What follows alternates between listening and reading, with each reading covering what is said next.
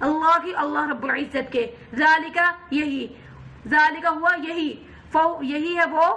ذالکہ یہی ہے وہ، ہوا وہ، فوز بڑی عظیم کامیابی،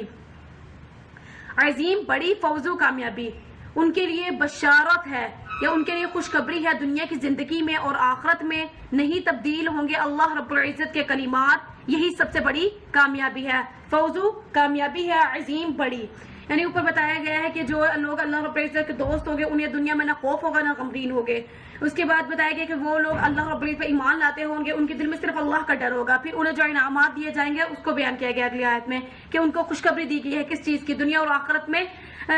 دنیا اور آخرت کی زندگی میں نعمتوں کی خوشخبری دی گئی ہے، اور جو اللہ کے کلمات ہے جو اللہ نے وعدہ فرما دیا، اللہ اپنے وعدے کی خلاف ورزی نہیں کرتا، بے شک اللہ اپنے کلمات، اللہ کی کلمات تبدیل نہیں ہوتے، اور یہی سب سے بڑی کامیابی ہے ان لوگوں کے لیے، تمام انسانوں کے لیے۔ ولا اور نہیں یحزن کا غمگین ہو،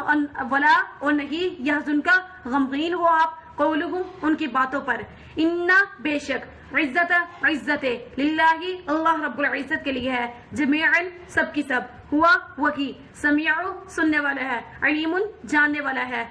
یعنی اس آیت میں اللہ رب العزت فرماتے ہیں اپنے پیغمبر کو نہ غمگین ہو آپ ان کی باتوں پر، بے شک سب کی سب عزت اللہ رب العزت کے لیے ہے، وہی سننے والا اور جاننے والا ہے۔ یعنی اللہ رب العزت اپنے پیغمبروں کو اور اپنے نبیوں کو حوصلہ دیتے ہوئے فرماتے ہیں کہ آپ ان کی باتوں پر غمگین نہ ہو۔ جب انبیاء کرام لوگوں کو اللہ رسول کی اللہ کے آیات اس کے ان کے سامنے تلاوت کرتے، اللہ تعالیٰ کی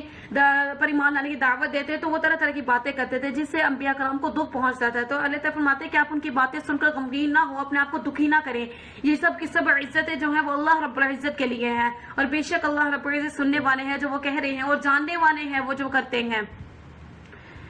الا خبردار، امنا بے شک، للہ اللہ رب العزت کے لیے، من سے، فی میں، السماواتی آسمانوں میں، ومن اور جو، فی میں، ارضی زمین میں، وما اور نہیں، یتبعو اتباع کرتے، الذین وہ لوگ، یدعون جو پکارتے ہیں، مین سے، دونی علاوہ، اللہ رب العزت کے، شرکاء شریکوں کو یا شرکاء کو،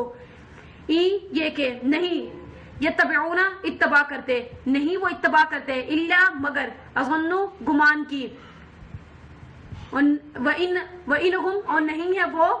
الا مگر، یخرسون اٹکلے دوڑاتے۔ خبردار بے شک اللہ ہی کے لیے ہے جو کچھ آسمانوں میں ہے جو کچھ زمین میں ہے، اور نہیں وہ اتباع کرتے ان لوگوں کے جس کو وہ پکارتے ہیں اللہ کے علاوہ شرکاء، نہیں وہ اتباع کرتے مگر گمان کی، نہیں ہے وہ مگر اٹکلے دوڑاتے۔ یعنی اس آیت میں فرماتے ہیں کہ زمین و آسمان میں تمام چیزیں وہ کس کی ہیں، اللہ رب العزت کی ہے، کائنات میں بنائی ہوئی ہر چیز اللہ رب العزت کی ہے، اور یہ تمام چیزیں اللہ نے تخلیق فرمائی ہیں، اور وہ لوگ جو اتباع کرتے ہیں، یعنی پیغمبر ان لوگوں کی اتباع نہیں کرتے جن کو وہ پکارتے ہیں اللہ کے علاوہ، یعنی جو کافی لوگوں نے اللہ کے علاوہ بت بنا لی ہے، پیغمبر ان کی اتباع نہیں کرتے بلکہ اللہ رب العزت کی اتباع کرتے تھے، پیروی کرتے تھے اور اسی کی دعوت لوگوں کو تک دیتے تھے۔ فرمایا گیا کہ نہیں اتباع کرتے وہ ان لوگوں کی جس کو تم پکارتے ہو اللہ کے علاوہ، یعنی شرکاء کو جو اللہ کے ساتھ تم شریک ٹھہراتے ہو، نہیں وہ اتباع کرتے مگر گمان کی، یہ کہ وہ اتباع نہیں کرتے مگر اپنے ہی خیال میں انہوں نے کچھ بنا لیا ہے اور بت وغیرہ بنا لیا، اور گمان جو وہ گمان یہ سوچتے ہیں وہ اسی کی اتباع کرتے ہیں، نہیں ہے وہ مگر اٹکلے دوڑاتے ہیں، یعنی وہ جھوٹی باتیں کرتے اس کے سوا وہ کچھ نہیں کرتے۔ ہوا وہی، الذی ذات، جعل بنایا، لکم تمہارے لیے، لیلہ رات کو، لتسکنو تاکہ تم سکون حاصل کرو، فیہ اس میں، والنہارا اور دن کو، مبصرا دیکھنے کے لیے، انا بے شک، فی میں، ذالکا اس میں، لآیات نشانیاں ہیں، لقوم اس قوم کے لیے، یسمعون جو سنتی ہے۔ هو الذي جعل لكم الليل لتسكنوا فيه والنهار مبصرا ان في ذلك الآيات لقوم يسمعون، وہی ذات ہے جس نے بنایا تمہارے لیے رات کو تاکہ تم سکون حاصل کرو اس میں، اور دن کو دیکھنے کے لیے، بے شک اس میں نشانیاں ہیں سننے والی قوم کے لیے۔ یعنی اللہ رب العزت ہے جس نے رات اور دن پیدا فرمائے، سورج اور چاند پیدا فرمائے، اور وہ اپنے وقت مقرر پر،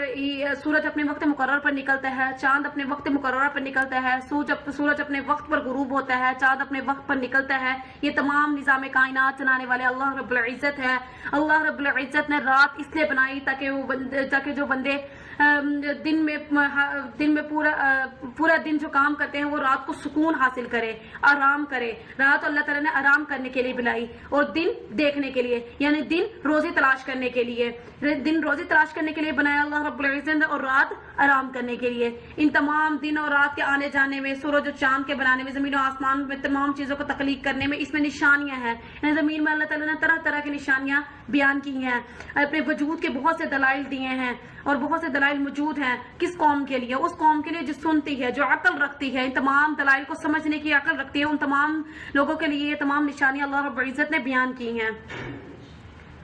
قالوا اتخذ اللہ ولدا سبحانہ، کہنے لگے وہ لوگ، اتخذ بنا لیا، اللہ رب العزت نے، ولدن اولاد، سبحانہ پاک ہے وہ غنی غنی ہے، بے نیاز ہے، لہو اسی کے لیے ہے، ما جو، فی میں، السماواتی آسمانوں میں، وما اور جو، فی میں، ارضی زمین میں. ان عندکم نہیں عندکم تمہارے پاس، من سے، سلطان دلیل، بہذا اس کے ذریعے، اتقولون کہ تم کہتے ہو، علا پر، للہ اللہ رب العزت پر، ما جو، لا نہیں، تعلمون تم علم رکھتے. کہنے لگے بنا لی اللہ رب العزت نے اولاد، پاک ہے وہ، غنی ہے، بے نیاز ہے. غنی ہے یا بے نیاز ہے، اسی کے لیے ہے جو کچھ آسمانوں میں ہے، جو کچھ زمین میں ہے. نہیں ہے تمہارے پاس اس بات کی کوئی دلیل، بہذا اس بات کی، زطان دلیل، نہیں ہے تمہارے پاس اس بات کی کوئی واضح دلیل کہ تم کہتے ہو اللہ پر جو تم نہیں جانتے. یعنی کافر لوگ کہتے تھے کہ اللہ رب العزت نے اپنے اولاد بنا لی ہے. یعنی عیسائیوں کا یہ تھا ماننا کہ حضرت عیسیٰ علیہ السلام اللہ تعالیٰ کے بیٹے ہیں، اور یہودی حضرت عزیر علیہ السلام کو اللہ تعالیٰ کے بیٹے مانتے تھے. انہوں نے ایسے طرح طرح کی باتیں بنا لی تھی. اللہ بزل کے تک اللہ تعالیٰ نے اپنی اولاد بنا لی ہے. تو یہی فرمایا گیا کہ اللہ بے نیاز ہے، وہ پاک ہے، اس کے ساتھ کوئی شریک، نہ وہ کسی کا باپ ہے، نہ وہ کسی کا بیٹا ہے، نہ اس کا کوئی بیٹا ہے. وہ تمام ان رشتہ داروں سے پاک ہے، ان رشتوں سے پاک ہے. اسی کے لیے جو کچھ آسمانوں میں، جو کچھ زمین میں ہے، یعنی زمین و آسمان میں تمام چیزیں بنائی ہوئی اللہ رب العزت کی ہے، اور اس میں موجود ہر چیز، ہر شے اللہ رب العزت کی ہے. اور آگے فرمایا گیا نہیں ہے ان کے پاس، یعنی جو وہ کہتے ہیں کہ اللہ رب العزت نے اولاد بنا لی ہے، اس پر ان کے پاس کوئی واضح دلیل بھی نہیں ہے، کوئی ثبوت بھی نہیں ہے وہ جو لا کر پیش کر سکے. اوپر سے وہ باتیں بناتے ہیں جھوٹی کہ تم کہتے ہو. پھر آگے فرمایا گیا وہ کیا کہتے ہو اللہ پر جو تم نہیں جانتے، یعنی اللہ پر وہ ایسی باتیں بناتے ہیں جس کے بارے میں انہیں خود علم نہیں ہے، لہٰذا وہ اوپر سے جھوٹ بولتے ہیں، اور ان کے پاس اس بات کا کوئی نہ ثبوت ہے، نہ کوئی دلیل ہے. وہ اوپر سے مکر و فریب کرتے ہیں اور اللہ تعالیٰ کے بارے میں طرح طرح کی باتیں بناتے ہیں. کل کہہ دیجئے، ان بے شک، الذین وہ لوگ، یفترون گھڑتے ہیں، علا پر، للہ اللہ رب العزت پر، کذبا جھوٹ، لا نہیں، یفلحون فلاح پائیں گے. پھر اللہ رب العزت فرماتے ہیں اپنے پیغمبر کو کہ آپ ان لوگوں تک یہ بات ہی پہنچا دیجئے، یہ میرا حکم پہنچا دیجئے، کہہ دیجئے بے شک وہ لوگ جو گھڑتے ہیں اللہ پر جھوٹ، نہیں فلاح پائیں گے. یعنی ان لوگوں پر جو اللہ تعالیٰ کے بارے میں طرح طرح کی باتیں بناتے ہیں، یعنی جو کہتے ہیں کہ اللہ رب العزت اپنے اولاد بنا لی، جیسے پیچھے آیت میں یہ ذکر آیا کہ کہتے ہیں وہ لوگ کہتے تھے کہ اللہ نے اپنی اولاد بنا لی ہے، حالانکہ اللہ بے نیاز ہے، نہ وہ کسی کا باپ ہے، نہ کسی کا بیٹا ہے، نہ ہی اس کا کوئی بیٹا ہے، وہ تمام رشتے سے پاک ہے. تو وہی فرمایا گیا کہ وہ لوگ اللہ کے بارے میں جو طرح طرح کے جھوٹ گھڑتے ہیں، ان کی زبانیں جھوٹ بولتی ہیں، وہ لوگ ہرگز فلاح نہیں پائیں گے. فلاح مطلب کامیابی نہیں پائیں گے. تو پیغمبر کو یہ حکم دیا گیا کہ آپ لوگوں تک یہ بات پہنچا دیجیے. متاع